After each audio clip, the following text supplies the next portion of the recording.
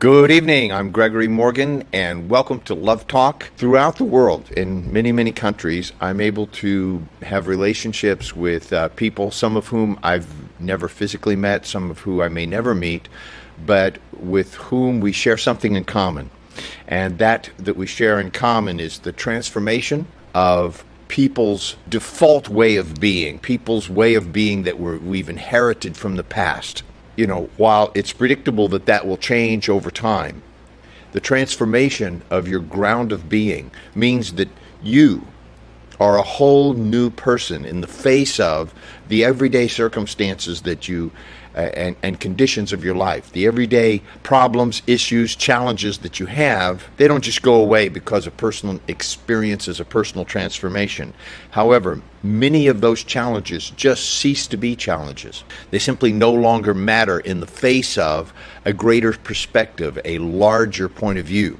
You know, if you knew that your life was going to turn out even better and get better all the time, then the small challenges of every day would seem like welcome opportunities to get things to complete, to get things that call out for a new order, a new way of being, and to actually transform the circumstances in your life. Here's the thing. When things change, they can always change back. When things change, it's usually more, better, or different of something that was in the past. So things in the past will naturally change in the future, and in the present, things are constantly changing. The book of I Ching, the ancient Chinese oracle, is based on that very law of the universe, is that the universe is constantly shifting and changing, and it follows certain inherent laws. What I'm telling you is that the universe is constantly changing, and you can count on it to change. So whatever your circumstances are right now, no matter how stuck you are in them, they will change. But I'm always one for being proactive and causing change to happen in a way that I determine is for the best for myself, for those around me, and for all, the greater mankind, the greater good of all concerned. Obviously, you cannot make everybody happy all the time, nor should you try to.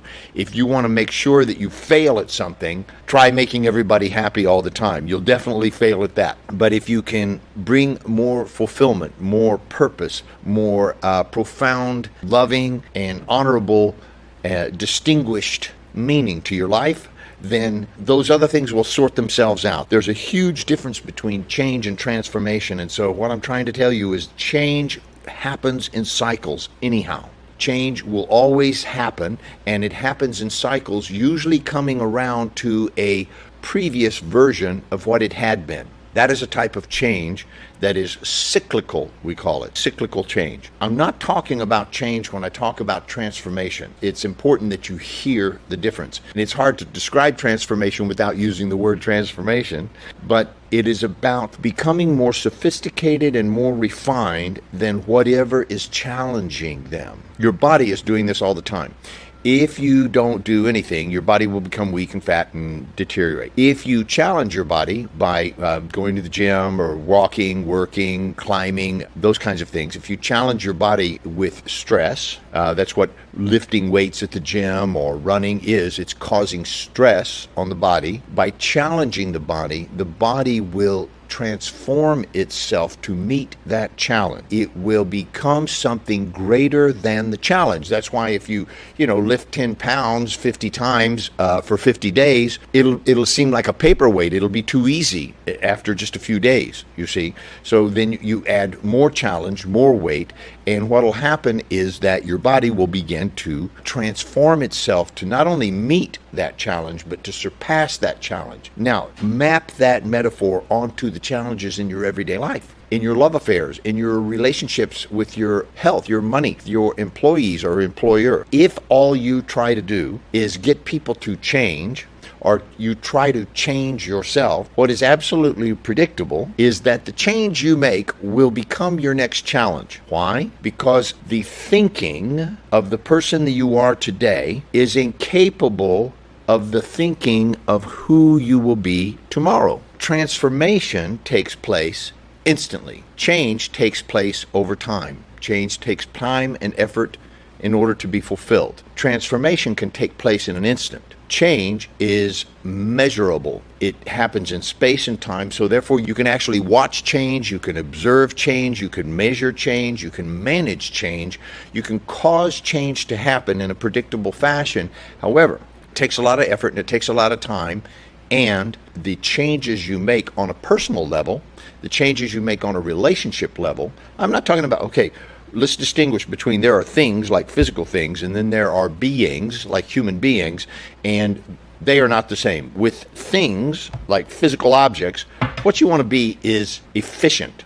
Things do not require you having any emotion or feeling or insights or anything like that. Things require that you be efficient. Human beings, if you try to be efficient with human beings, and sometimes, in certain militaristic or disciplinary domains where there is an agreement, like a coach and a coachee or a disciple, if you will, somebody who has decided to discipline themselves. That's what disciple means. You've decided to discipline yourself, and you've ask a coach or a master to guide you so that you could stay on the path of discipline that you chose. Many people think that the word disciple means subservient or slave or something disempowering. No, a disciple is somebody very powerful who's decided to discipline themselves, and they've had so much discipline that they've actually gone to somebody, a master or a teacher, somebody who can reliably be counted on to hold them to account and ask them, hold me account, show me how to do this. If I go wrong, put me back on the path, because I don't trust myself. I don't have enough discipline yet. And so a disciple and a teacher is a very honorable relationship. That can cause change in a very predictable way that will ultimately lead to a type of transformation. When you want to transform yourself, when you want to transform a relationship with somebody else, it requires not a step-by-step thing, like I'm here and I'm going to go do this, then I'll do this, then I'll do this, and then I'll be where I want to be. No, transformation is instantaneous. It means that this is where I am and this is where I want to be. There's obviously a gap in space and time. There's a gap in ability. There's a gap in comprehension and understanding. Transformation means that you're able to stand in the future, like the outcome, the end result of where you want to be, and look back in time, look back at your current self, look back at your current situation from a future viewpoint, and make the leap instantly by transforming who you need to be in the moment. Then you will naturally begin to do the things that you need to do, have the things that you need to have, go the places that you need to be, stop doing the things that you need to stop doing, because you are now standing in a future transformed point of view, calling forth the future from the future. Most of us only know, and how else would you know anything else, right? That's all that's ever been taught in all the schools or disciplines that you've ever talked about, is you get to the future by doing a bunch of stuff and then you end up in the future. It's called deductive reasoning. You do this plus this plus this plus this, and it adds up to this over here. I'm talking about inductive reasoning. I'm talking about inducing a future state within oneself that calls forth all of the mental, physical, emotional, spiritual abilities that are already within you. You see, I know that these abilities are already within you. How do I know that? Because you could not imagine them if they were not. When you imagine something, the word image, you create an image in your mind. Where did that image come from? Where did that image come from if not from you, from inside of you? It's not out there. Now, you may see things out there to support that inner image that you had. Right now, I'm looking at new cars, so I imagine the car that I want to have, and then have you ever done this where you imagine a new car that you want, and then you begin to see it everywhere? You start, oh, there's one right there, right? Oh, I like that color or whatever. So I'm imagining this new car. I have a picture in my mind of what color it is and what kind it is, and I can imagine myself driving it. So I'm standing in a future, and now it becomes very clear to me as I look back towards my present moment, the things that would need to be done in order for that future to be fulfilled. It's very obvious from that point of view. You could do the same thing with your relationships, with your education. I've learned many, many things in my life by standing in the future of having already understood it and grasped it, and then went about finding out the information and learning the things and doing whatever was necessary in order to fulfill that knowledge, which I knew already was within me, was within my grasp. You can do this with relationships. You can do this with your jobs. You can do this with your careers. And you can do this with your spiritual states. I think that what I wanted to bring up with you today is that when I look out in the world and I see people struggling, they're struggling with trying to hold on to their past and bring it forward into the future with them. And that past is weakening them moment by moment by moment. It's like a burden that you don't have to carry into the future. It is good to be informed by the past. It is good to notice what has happened in the past and to note the mistakes that you've made. It's important to note the corrections that you've made so that you don't make those mistakes again. To reinforce those times where you went, oh, I see, up until this moment I have not understood, or I didn't know how, or I was mistaken about something, or I was seeing things all wrong. Now I see newly. That's the part you want to remember. That's the part of the past that's most significant. It's when you had a breakthrough in your thinking, you went, aha, now I understand. That's the part you want to hang on to. The rest of it is just some stuff that led up to it. When you leave to go on a vacation, you got to pack, you got to get in a taxi or a car or something, you got to get to the airport, maybe the traffic's bad, you got to stand in line, you got to travel on the airplane or train or whatever you're traveling on, you got to get there, get your baggage.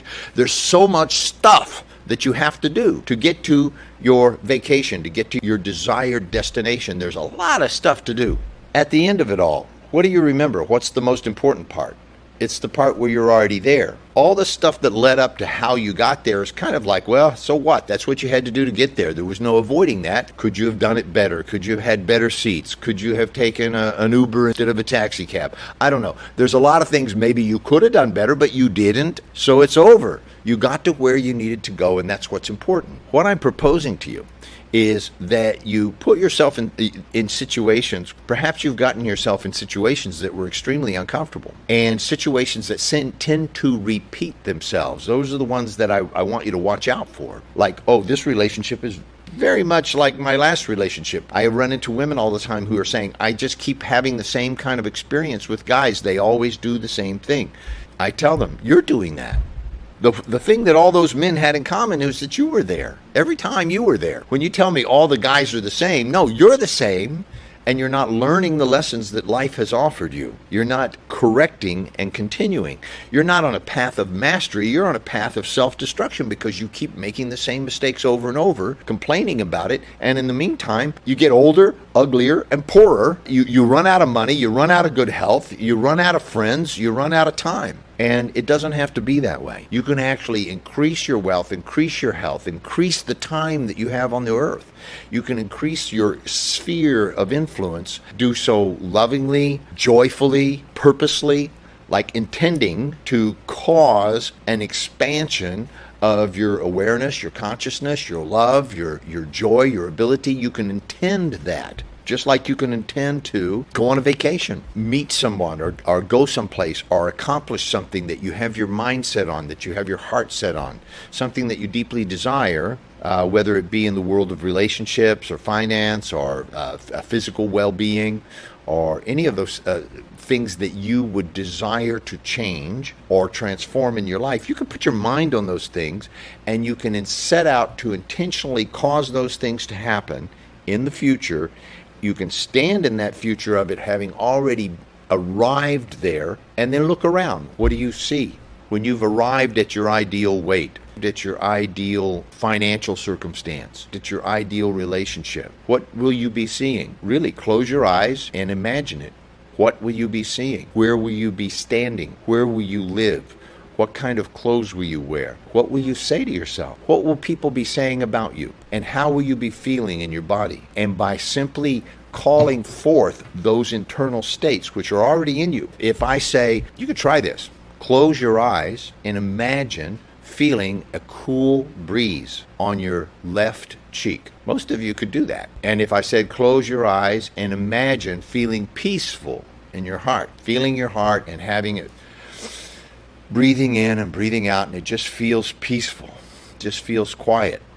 Most of you could do that. Now, maybe you can't do it instantly, but if you thought about it for a moment, just said, I now feel peaceful and calm and happy and alive and awake. I feel good. You can call that forth. Most of you are waiting for something or some circumstances or someone to come along and make you feel better, but you have control over how you feel. You actually have the ability to change your state of mind instantly. You just didn't know it and you don't do it. What does that mean in terms of your relationships? What does that mean in terms of mastering your life? Well, it means that maybe your fixation on what you imagine would be the perfect thing is actually getting in the way of something that's already there, that's already perfect. Remember, I said earlier that the you who you are today, right now at this moment, cannot imagine or see or think or find solutions to problems with the mind of who you are going to be in the future. You're just not there yet. You can imagine being there because, in fact, that is a very quick access. Now, you might think that I'm kidding when I'm saying imagine. What I know about your brain and mine, about the human brain, those of us who speak and use language, if you're watching a television, you've already imagined quite a bit of things in order to put you in those circumstances. If you're listening to my voice, it's because you have already managed a number of things in your life, like having enough food, having enough clothing, having a house to live in, having electricity, having a television in the first place, or some kind of mobile device or something that you're watching this recording on. Either you're watching me live or you could be watching me 50 years from now on a digital device. The fact that you have done that and that you're able to do that now means that you've already handled some very fundamental things in your life that some people have not. So if you've handled those things, if you've managed to put yourself in that position, you have done so through imaging, internal imaging, imagining images and words. That's how your brain stores and sorts reality, through images, words, and feelings. You have images, you have thoughts about them, you have some feelings about those thoughts, and you take certain actions that are a correlate with those inner images and the outer world. Those actions bridge the gap between the inner world and the outer world. Sometimes it's simply words. Sometimes it's a written word. But you do something from the moment you have an internal image, that image comes up and has words with it. You assign words to it, and then those, you have feelings about those. So when the images and the words are driven by feeling and emotion and they take action out in the world, you have now changed the world. You've thrown a stone into the pond of reality, and it has ripples that go out to infinity, even beyond your own lifetime. Whether it's a small pebble or a big stone, it causes ripple effects in the fabric, space, and time of reality that goes out and touches other human beings. They're all doing that too. And then we have an interference, a reality interference that we share and that we all agree upon. This is what's happening. This is the physical world that we're living in. This is the physical, mental, spiritual, emotional, psychic world that we are affecting through our thoughts, feelings, actions, words, and how we store it and sort it is through images and words. What you say about yourself, what you say about the future, what you imagine about the future, and the actions that you take in correlation to the future that you both imagine and speak into existence are very, very, very powerful. That's how you got where you are right now. That's how you got the table you're sitting at, the electronic device you're watching this on or listening to. That's how you got the clothes that you're wearing, and that's how you even got the body that you're experiencing all that in. Now, I realize that may be a little bit of a maybe an advanced conversation for some people. You are living in the reality that you created in the past. You are living the current reality that you created in the past through your thoughts, images, feelings, and actions. The actions you've taken have produced effects and result in the world, and it's resulted in where you are right now. If you are embarking on a romantic relationship, you are stepping into uncharted territory. You're stepping into an unknown area. You may think that you know what to expect. However, romantic relationships will change you. I think that's part of their attraction. I'm going to take the high road and assume that people want to experience a more profound relationship with themselves. They want to experience being intimately connected with another. They want to experience and have access to the incredible high of the erotic ecstasy, for one thing, but the spiritual ecstasy of truly experience being loved and accepted for who you are, and loving and accepting another, having a partner in your life, having a witness that will be with you through the changes that you experience in life, and you can witness the changes and transformations that go on in theirs, and you can teach and learn and love from each other. Now, that's a big assumption I just said. I'm assuming that when you pursue a romantic relationship, that you surely wouldn't just want the hot sex part of it, throw away the real value, the real true spiritual growth available. I'm assuming that if you did throw that away, you wouldn't have any idea what you just missed out on, and that the sorrow and the sadness and the pain that comes from the breakup of a romantic relationship, I know that that pain is related to a loss of opportunity, a loss of something that could have been life-changing, life-transforming, and our humanity gets in the way. The 12 stages of romantic relationship is to assist you, it's to guide you, it's to help you to understand that there are certain stages that if you do not go through them and you try to jump to the next stage, you're going to get in trouble, and you're going to end up going back at least 2 more stages to where you were before. And for most of us, that's back to being single and looking for a date. Let's go ahead and take this phone call. Hello, this is Gregory. You are live on the air with Love Talk. I appreciate your program. I have problem with my son about the shoplifting. Is this psychological problem, and how I can deal with that? Well, I got to ask you some questions. How old is your son? He's 35. Okay, your son is a full-grown man. Yeah. I hope he doesn't live in your house. No, separate. Well, does he have a wife and kids? No. So he's a single 35-year-old man. Right. You know that he has some problems, and he's shoplifting. What I can deal with him? Well, here's the thing, that as a father, I respect that you are concerned with him. Yeah. I assume that you have guided him to be something other than a shoplifter. I'm sure you've taught him certain values about honesty and integrity. Right. There's also the concern about him getting trouble with the law. Obviously, it's against the law, so he could get... Yes. What country are you in? In America. You're in America, okay. Well, in America, they'll probably slap you on the hand and put you in jail for a night and make you pay a fine. And He's continuing. What shall I do about that? well, here's the thing, and you're not going to like my answer. Nothing. There's nothing for you to do about it. You are a full-grown man, and he is a full-grown man. Is this psychological problem? It's not your problem, though, is it? Yeah. It's not your problem. Yeah. It's his problem. I'm 80 years old. You're 80 years old. You got other problems. Yeah. Okay, you should be taking care of your problem. And this full-grown man who's had a good father who raised him and taught him the right thing to do, he should deal with his own problem. You see, he should be calling me saying, I'm obsessed with shoplifting. I don't know why I do it. How can I get some help? Yeah. Yeah, but he's not doing that. You're doing that. Exactly same thing that you mentioned, telling me. Yeah, he needs to get some help, or he needs to get arrested. Oh, but is that psychological problem? Yeah, it is. It's a psychological problem, but there's nothing you can do about it. You're not a licensed therapist. You're not equipped to do anything about this. You're a father, and you have done everything you could do. Give yourself a break. Here's what you should do about it. Tell him, I hope you work this out. I hope you get some help. I'm not going to trouble myself with your weird psychological issue. Do you think that I should introduce him to the psychiatrist? If he's interested. A psychiatrist is somebody who prescribes medication. Oh, I have a telephone number of your office. I deal with things in a totally different way. I don't adhere to medicine, and I certainly don't think any kind of medicine could handle shoplifting. Shoplifting is a kind of obsession. It's an addiction to adrenaline on a very physical level. Yeah. Some people are addicted to skateboarding or whatever, something that's dangerous that they get away with. It's an addiction to, almost getting caught. So the more he almost gets caught, he gets a boost of adrenaline from that. There's lots of other ways to get adrenaline without doing something illegal that could get you in jail. There's lots of legal things you could do that don't hurt anyone. Pardon me? It's very useful for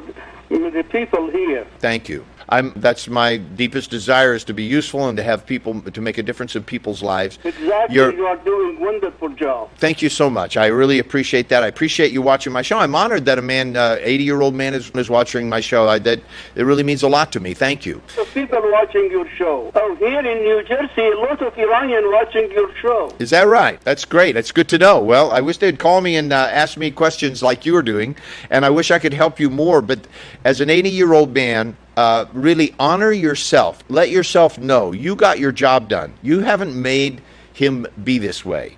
He's this way on his own choice. Okay? Okay. He's an adult. He's had plenty of chance to evaluate his life and what's valuable. What he's doing, I don't agree with, and neither do you, and most people wouldn't, but it's a very childish thing that he needs to grow up. There's a part of him that's not mature yet that is acting out in this way. Thank you. Yeah, but it's not your problem. You didn't do anything wrong. You got your job done. You taught him how to be a good man. And now, just tell him, hey, go deal with your own problem. It's not my problem. I'm not going to handle it or worry about it. And if you get caught and go to jail, don't call me. Oh, thank you very much. All right? Okay, thank you. And say hello to your wife. Thank you very much. I will. Thank you. Good day. I think it's wonderful in many ways how once your children become adults, you still think of them as children, but they're not. They're simply not children anymore. Think of yourself at that age. You know, if you have a 30 or 40-year-old son or daughter who's acting childish, and you have spent the better part of your life and your youth teaching them how to be a good person, teaching them right from wrong, teaching them how to have good judgment, I would hope that you would release them and say, you're an adult now and you're free to go make your own mistakes and pay for the mistakes you make, just like I did. I'm going to go ahead and take this call. Hello, this is Gregory, and you are live on the air. Hi, Gregory. How are you, sir? I'm excellent, thank you. Where are you calling from? Los Angeles. Great. Well, it's great to speak with you. What can I do with you? How can I quit cigarettes? You want to quit cigarettes? Yeah. Do you really want to quit cigarettes? Well, it is damaging me, obviously, but, like, I cannot, I'm smoking for so long time. At meantime, smoke one pack a day, and okay. I know that I have to quit because it is damaging my vision. It has done so severely, damaged my eyes. Yes, I do deal with getting rid of or stopping unwanted behaviors. You cannot stop a behavior that you don't want to stop. There's kind of a flipping point here. You see, you have to really want to stop, and you have to decide to stop. Obviously, there's the chemical dependency that you have on nicotine, and that has to be addressed and dealt with because it's a physical, almost painful when you don't have a dose of nicotine, right? And then there's the habit, the thing that you do with your hands and your mouth. Right. That's a physical habit. It's ingrained in you. Just like tying your shoe or brushing your teeth or driving your car, it's a physical thing that your body does pretty much by itself. I'm sure at your age, you probably sometimes find yourself with a lit cigarette in your hand without even remember taking it out of the pack, lighting it, or anything, right? Right. Sometimes. Yeah, your body just does it by itself. You don't even have to be there anymore. But like automatically by the habit, I just take one and light it up. That's what I'm talking about. It's almost like a machine, right? You could be driving along thinking of something else, and your hands will get a cigarette and light it and roll down the window and do the whole thing without you even thinking about it. You don't have to do anything. It just does it by itself, right? Right. It's an automatic. So what I'm pointing to is that there's the chemical part of it, but there's also the neurological programming, which is a huge part of it. I don't want to try to put percentages on it or something like that, but I would say that the physical part of it is triggered by the chemical part, and sometimes it's triggered by a thought. You'll see somebody else smoking, or you'll see a pack of cigarettes on a sign, or anything like that can trigger this response in your brain. You will just automatically go into this behavior called smoking. And then you may have some thoughts like, oh, this is killing me and I wish I could stop, but those are very weak by comparison to this automatic programming that is going on. So with neurological programming, what I do is we break up the pattern so that it's even hard for you to remember to do that, and so it will start to feel awkward for you to get a cigarette. It'll feel strange, like, what am I doing, sort of thing. It'll be an unnatural thing, whereas right now you do it without thinking. If I told you, are you right-handed or left-handed? Right. If I told you to start writing only with your left hand for 1 week, you would have a struggle with it, right? Yeah. Yeah, you'd say, I can't do this, and you would keep wanting to go back to the right, but you'd remember that you had to do it with your left, so you keep doing it. But if I tied your right hand to your side and you couldn't, and you had to write things, you had to write everything down, you would pretty soon begin to learn how to write with your left hand, even though it might not be as good. You would develop, in other words, a neurological pattern. Writing is a neurological pattern. Your brain is telling your body what to do, and it does it automatically. Driving a car, brushing your teeth, tying your shoes, buttoning a button. All of these your body does by itself. If you were a piano player, your fingers just play by themselves. It's programmed into your body. Your smoking is a very deeply ingrained neurological pattern. So you ask me, do I help people with smoking? Yes, it's a neurological pattern that can be interrupted, it can be broken, and we program in a new, more enlivening, more empowering pattern that replaces that. You can't just take a pattern away. You have to replace it with something. We've learned this over time. You can't just take away smoking. You have to give it back you have to give you back something else to do with your hands and your mouth. The procedure, doctor, there is a certain procedure, or how many times I have to go through? Listen, some people can do it in 2 or 3 sessions, and this is where the very first part of our conversation, I said it's really important. The most important part is that you want to. Your desire to stop smoking has to be strong enough that if I tell you, I want you to go right now in your house and throw out every match, every ashtray, every cigarette lighter, every cigarette, and get them completely out of your house, and then go through your house and everything that smells like smoke, get rid of it and take it away, wash it, take it to the cleaners, do something to get rid of all of the smoke smell in your house. Take it away from your car, and then tell all of your friends, call all of your friends saying, I've stopped smoking right now. And I don't want you to smoke around me. I don't want to see smoke. I don't want to smell it. I don't want you to be around. I don't want to be around it at all. And then you stop going to places where people smoke. Then I would kind of know that you were committed to what you're telling me. You see? Right. If you were able to do all of that, then I would go, okay, you're pretty serious about this. Then the next thing would be to make an appointment with, myself or another hypnotherapist, if you felt more comfortable, that can take you. There are definitely programs for hypnotherapy programs, I'm being specific, about the smoking cessation that are very effective. And yes, it does work. And yes, you do have to go back sometimes to get that programming freshened up, because this is something you've been doing how many years? More than a decade? 35 years. Yeah, so 35 years. If you've driven the same way to work every day for 30 years, and then they took that road away, and you had to go through some other route, at first you would want to keep turning on that street and going on that road. Yes? Yes, sir. Sometimes you have to come back to hypnotherapy maybe a week or 2 later or a month later and say, I've been finding myself wanting to smoke again, and I found myself wanting to do those things that I used to do again, and so we do some more work to reaffirm and reprogram new habits and new ways of being. One of the things that is very effective is it's not that you don't want to stop smoking. That's true. But stopping smoking is not nearly as powerful as programming in the idea of being a fresh air breather. And when you begin to embrace that feeling rather than I don't want to smoke, which is a push away type of thing, instead, what is it that you would like to embrace? I would like to embrace a healthy lifestyle. I would like to embrace having my lungs full of clean air and my skin be clear and my eyes being clear, right? Right. That's so you move towards the things that the discipline that I practice at Embrace Growth is to have you move towards those things that you want, which will naturally take you away from the things that you don't want, rather than say push those things you don't want away. That's a lot of work. And what I've noticed is when people push away the things they don't want, what happens is once those things are away, they're no longer motivated, so they go back to them. They actually need something to push on. You see what I'm saying? Yes, sir. But whereas if you keep embracing what you want, you can go that way infinitely. You can go towards the positive in an unending and infinite way to be motivated towards your higher good, and it never runs out. And you naturally move away from the things that you don't want anyhow, because you're moving towards the things you want. A lot of people say, oh, I don't want to be broke anymore, or I don't want to be fat anymore. I want to lose weight, or I want to stop smoking. Those kinds of things are what I call go away from phenomena. You're pushing away from something. No, I'm fit enough, body-wise. Good.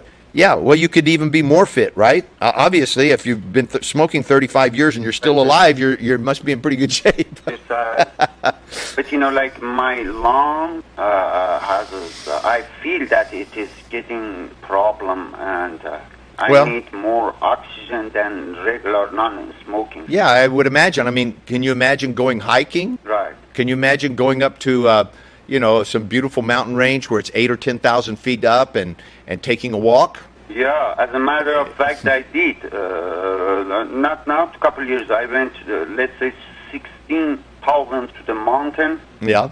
And my heart was beating like it was almost stopping. Yeah, not much oxygen up there. I know, I've had that experience. I mean, even if you're a non-smoker, you get to 16,000 feet, you need the oxygen's very thin up there. It's not uncommon to get altitude sickness. Yeah, the beating was so enormous and so like a motor. I know. I went up to 15,000 feet on my motorcycle with a couple of my buddies who were about 20 years younger than me, 15 or 20 years younger than me. And when we got up there, I was having a hard time walking around and just I had to carefully place my feet where I was walking, and I felt kind of dizzy, right? Right. And they pulled out some cigars and said, let's run up to the top of those rocks and smoke these cigars. I'm like, are you out of your mind? First of all, I'm never making it to the top of those rocks. And friends that, you see, even though I'm smoking, when I go to, let's say, to the beach, walking, I have some of my friends, a little bit of walking, he says, okay, let's sit down and smoke. I said, listen, I came here for a couple hours at least to stay away from cigarettes. So cigarettes, I never take cigarettes out with me. And, whenever I'm home, I'm smoking. But, So you don't stop and smoke at the beach. You want to walk. You want to go someplace and do something. Get some. I want to give me a break, like, let's say, for a few hours, and my lung can breathe and rest. Well, it sounds like you're moving in the direction of being healthy. So I understand. So you might also need to, aside from getting away from the smoking and throwing all those things out of your house and making a decision and getting some hypnotherapy sessions to assist you, you may also need to find some other activities that you could do in those times, because those certain circumstances trigger the neurological pattern called light a cigarette, smoke it. It's a trigger, right? Right. It's just like on your on your computer program. If you had a virus in your program that every time you hit a certain key on your keyboard, A, for example, the screen would do some weird thing, right? Right. Every time you get in a certain circumstance, your internal programming has you light a cigarette. It's kind of automatic. So you have to deprogram that. It's just like a computer expert would come in and get the virus out of your computer. A hypnotherapist comes in and locates that part of your subconsciousness that has those triggers and erases that so that it can't do that anymore. Then when you have that trigger, it just makes an A instead of if you hit the A key, it doesn't do the virus thing, it just makes an A on the screen. Yeah? Very much, sir. I hope that helped. Time. Yeah, you can call the office and set up a session if you want, but thank you for watching the show. Thank you for calling. I hope this made a difference with you. I appreciate the opportunity to speak with you today. We spoke about the difference between change and transformation. I made the point that change is progressive, takes effort, and takes time to produce, and that change is cyclical, meaning it happens in a cycle, and that it usually changes back into whatever it was to begin with, or some other better or different form of what it used to be. So change happens in cycles. Transformation is instantaneous, and it does not go back to what it used to be. Transformation, once something is transformed, it cannot go back to how it used to be. The example I've given many times is a diamond is a piece of carbon that has been through intense heat and pressure until all of the impurities of the carbon have been squeezed and heated out of it. It is the same carbon as a tree, then was covered over and pressurized and heated by the weight and the pressure of the earth for a protracted and long period of time, and then when it's exposed to the surface again, we find that tree, that carbon, has been pressed and formed into a more sophisticated, a more refined, a more purified form. It contains all of the same elements and can never go back to being a tree. A tree can become a diamond through a lot of pressure and heat and time if the right circumstances, but a diamond cannot become a tree. When you undertake the process of transformation, which is what we're about at Embrace Growth, we're able to produce the conditions that reliably cause transformation in human beings. We've caused through various processes, inquiries, and circumstances, we've reliably been able to cause a transformation in which a person becomes a more refined, a more distinguished, a more sophisticated, a more purified, and what's left is the trueness of a human being, the trueness of a person who sees clearly, who has their own wisdom, who has their own direction, who has their own purpose in life, who has access to their own love, to their own intelligence and their own ability to make decisions for themselves, and when they make mistakes, to clean that up, to correct and continue, to correct their misdoings. It doesn't mean that you never do anything wrong again. It doesn't mean that you don't screw up or do stupid things. No, you don't stop being human and start becoming some perfect android or something. No, people make mistakes. They're still human, but they become a more real and authentic version of who they've always been. You know, my teacher said, I used to be different, now I'm the same. The workshops that we do is to have you arrive at a place where you're true to yourself and where your place in life, your purpose in life becomes clear to you.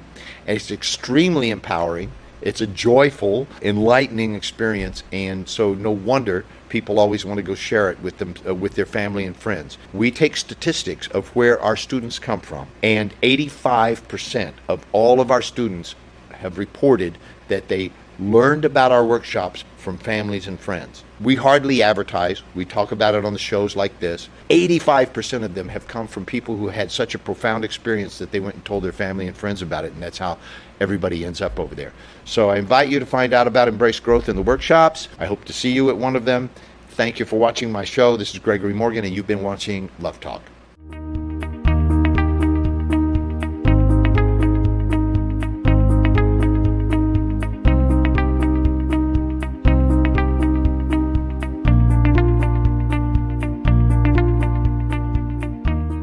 در کارگاه‌های آموزشی بانوان به رهبری دکتر آزیتا سایان خود واقعیتان و همچنین مردان را بشناسید و با استفاده از قدرت زنانه خود روابطی سالم و عاشقانه بسازید. همبورگ 28 فوریه تا اول مارچ، لس آنجلس 17 تا 19 آپریل، تورنتو 26 تا 28 جون و ایروان ارمنستان 6 تا 8 آگوست برگزار خواهد شد. 310 460 2600 embracegrowth.com. اپلیکیشن Embrace Growth با ساختن اکانت شخصی شما می توانید وارد پروفایل خود شده و تنظیمات آن را تغییر دهید. به تمامی رویدادها و محصولات دسترسی داشته باشید. با چند کلیک برای سمینارها و کارگاه‌ها ثبت نام کنید و یا وقت مشاوره خود را رزرو نمایید. اپلیکیشن Embrace Growth را امروز از اپ استور دانلود کنید و به خانواده جهانی Embrace Growth بپیوندید. یک مرد منحصر به فرد، مسلط، متمرکز، قابل اعتماد و رضایتمند باشید. کارگاه شرافت، عزت کلام و مهارت به رهبری دکتر آزیتا سایان. لس آنجلس 13 تا 15 مارچ، تورنتو 16 تا 18 اکتبر و ایروان ارمنستان 5 تا 7 نوامبر. برای اطلاعات بیشتر با شماره 310 460 2600 تماس بگیرید. Embrace Growth has a new home online where you can easily register for workshops and events, order from the online store, and be part of the worldwide community of Embrace Growth graduates. You'll be able to see Dr. Rosita Sayan and Mr. Gregory Morgan in your favorite seminars. Visit us today at embracegrowth.com. اپلیکیشن امبریس گروت همکنون در اپ استور. با ساختن اکانت شخصی شما می توانید پروفایل خود را مدیریت و زبان مورد نظر خود را بین فارسی و انگلیسی انتخاب کنید. وقت مشاوره خود را رزرو نمایید. محصولات از جمله CD، DVD و کتاب‌ها را خریداری و دانلود نمایید و یا برای کارگاه‌ها و سمینارها نام‌نویسی کنید. همچنین شما می توانید به برنامه‌های تلویزیونی و رادیویی دکتر سایان و یا آقای مورگن به صورت رایگان دسترسی داشته باشید. اپلیکیشن امبریس گروت را امروز از اپ استور دانلود کنید.